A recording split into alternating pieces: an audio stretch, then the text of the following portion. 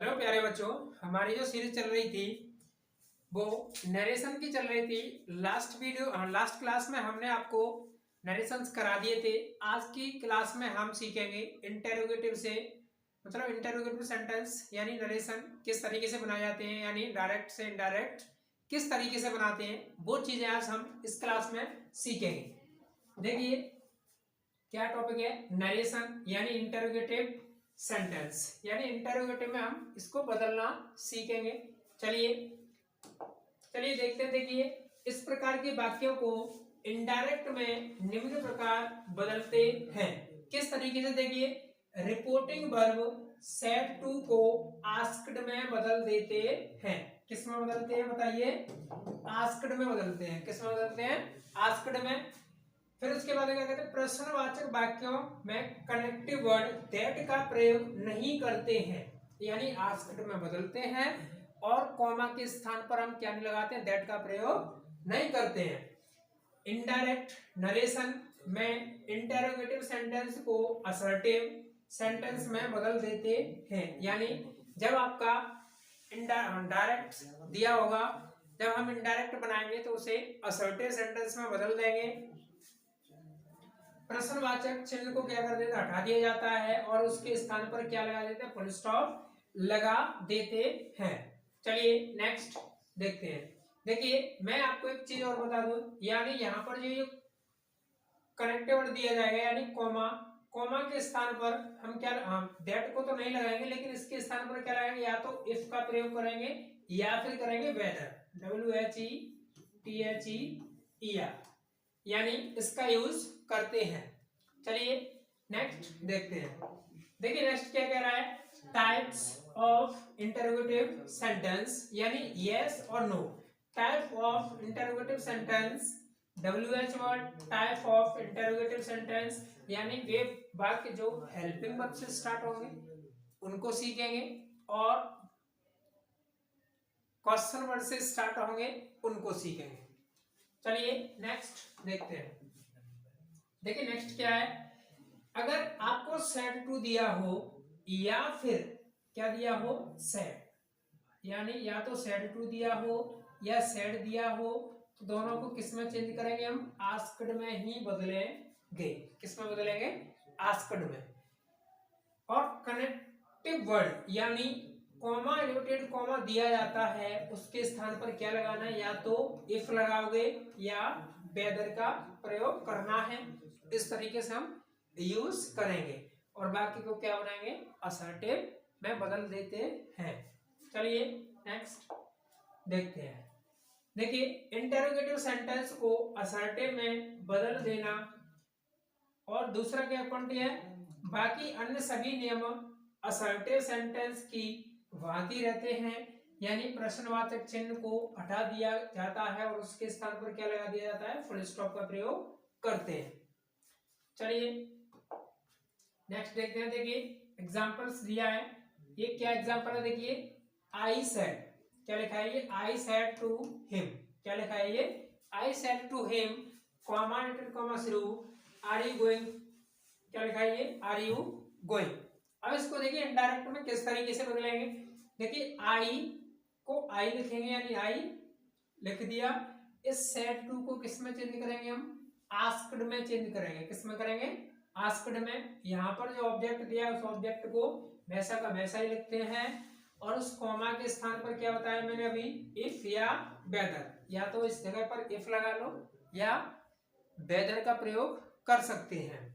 उसके बाद में देखिए यहाँ पर यू कौन सा पर्सन, यानी ये सेंटेंस आपका इंटरोगेटिव में दिया है। किस में दिया है? ये इंटरोगेटिव सेंटेंस में दिया है। इसको हम क्या बनाएंगे, असर्टिव सेंटेंस बनाएंगे, यानी ये यू सेकंड पर्सन है, इसे किससे बदलेंगे, हिम से बदलेंगे। यानी सेकंड पर्सन किससे बदलता है, हिम से बदलता है। मैंने आपको कराया था SON 1 2 3, यानी सरबट्टे 123 मैंने कराया था। यानी ये वाला रिपोर्टेड स्पीच होता है, इस रिपोर्टेड स्पीच के सब्जेक्ट को किससे बदलेंगे, यानी फर्स्ट पर्सन को सब्जेक्ट से बदलेंगे और सेकंड पर्सन को किससे बदलेंगे बताइए, सेकंड पर्सन को किससे बताया था मैंने, ये सेकंड पर्सन है, इस सेकंड पर्सन को रिपोर्टेड स्पीच के ऑब्जेक्ट से बदलते हैं और ये थर्ड पर्सन है, इसे मतलब इसे हम किससे बदलेंगे बताइए? इसे बदलते हैं यानी नो चेंज, CHANGE,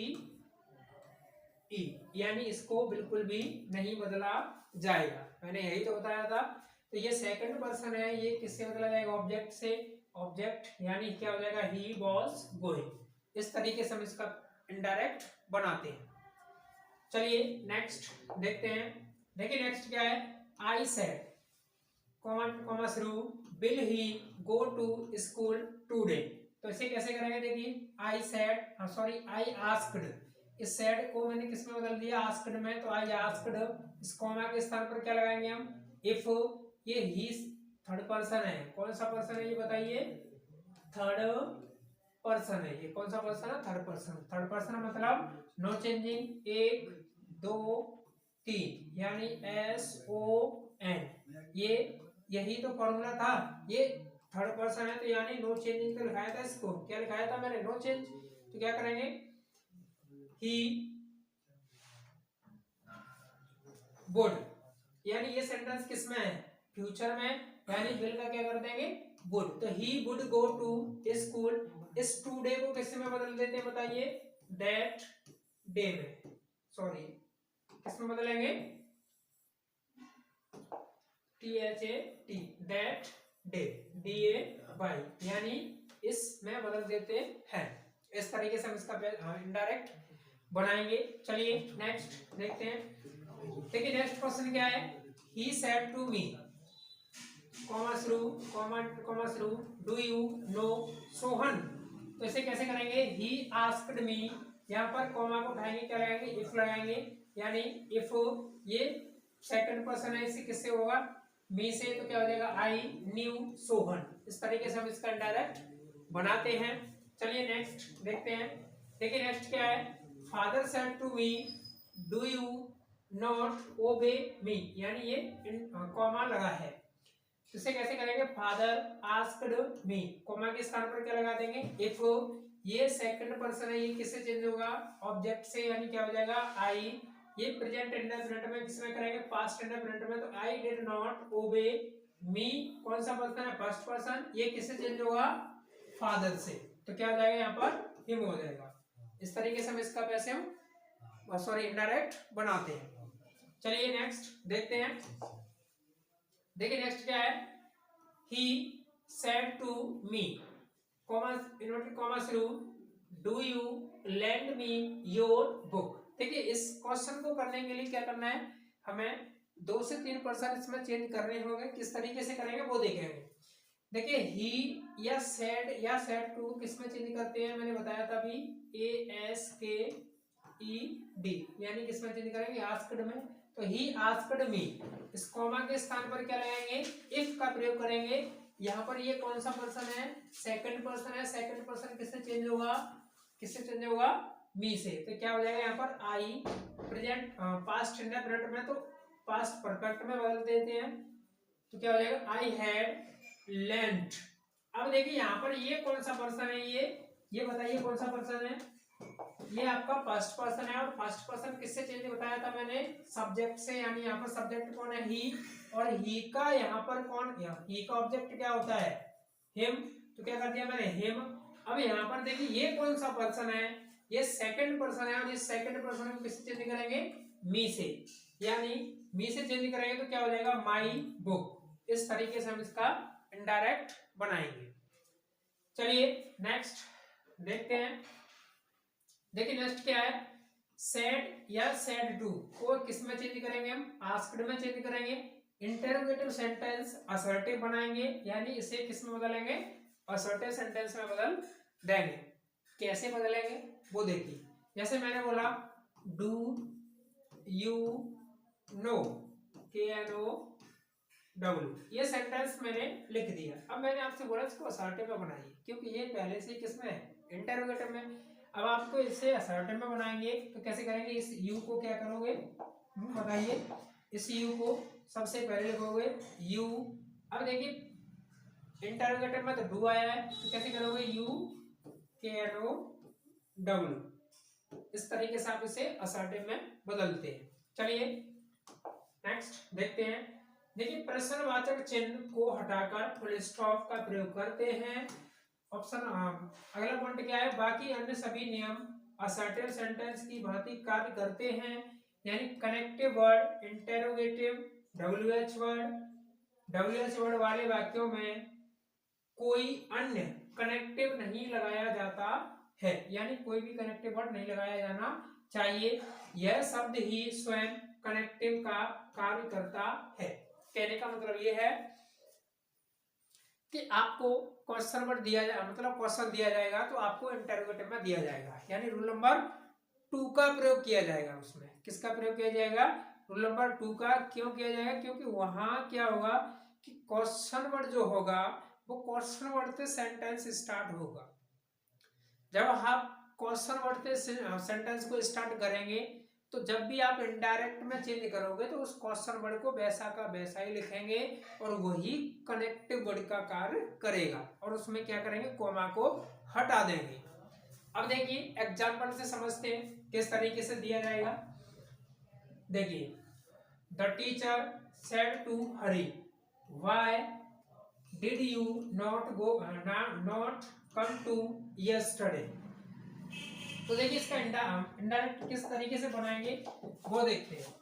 देखिए द टीचर आस्क्ड, यानी ये जो सेड टू है मैंने किस में चेंज कर दी, आस्क्ड में।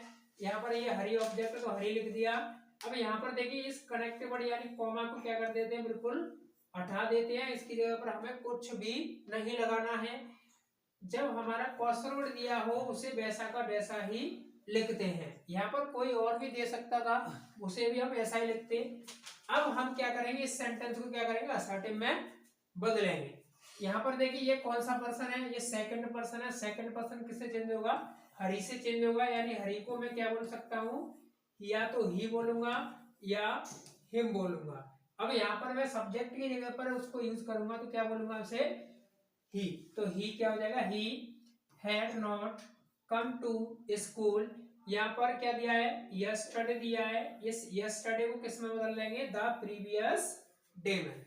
इस तरीके से हम इसका इनडायरेक्ट बनाएंगे। चलिए नेक्स्ट देखते हैं। देखिए नेक्स्ट एग्जांपल क्या है, I said to her, comma enter comma शुरू, व्हाई आर यू कमिंग।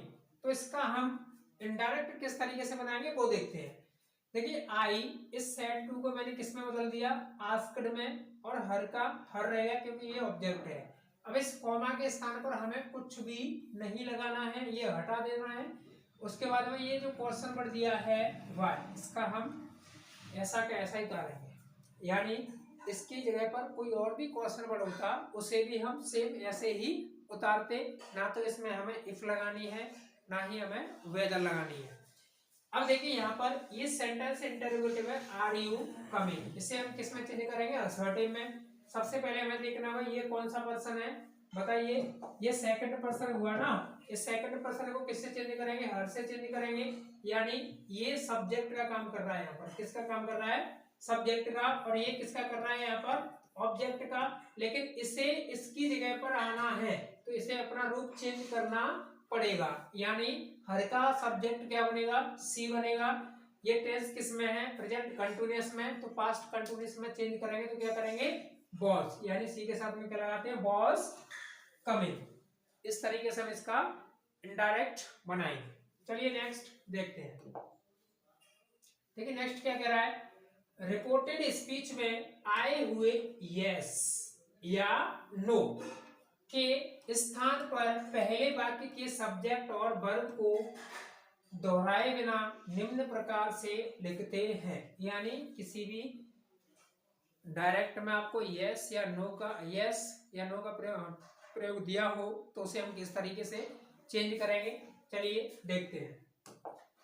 देखिए पहला क्या करना है, हमें डायरेक्ट बनाएंगे तो क्या करना है, आई सेड टू आनंद। क्या लिखा है ये, I said to Anand are you attending the class. I said to Anand are you attending the class. तो आनंद ने क्या कहा, आनंद सेड नो।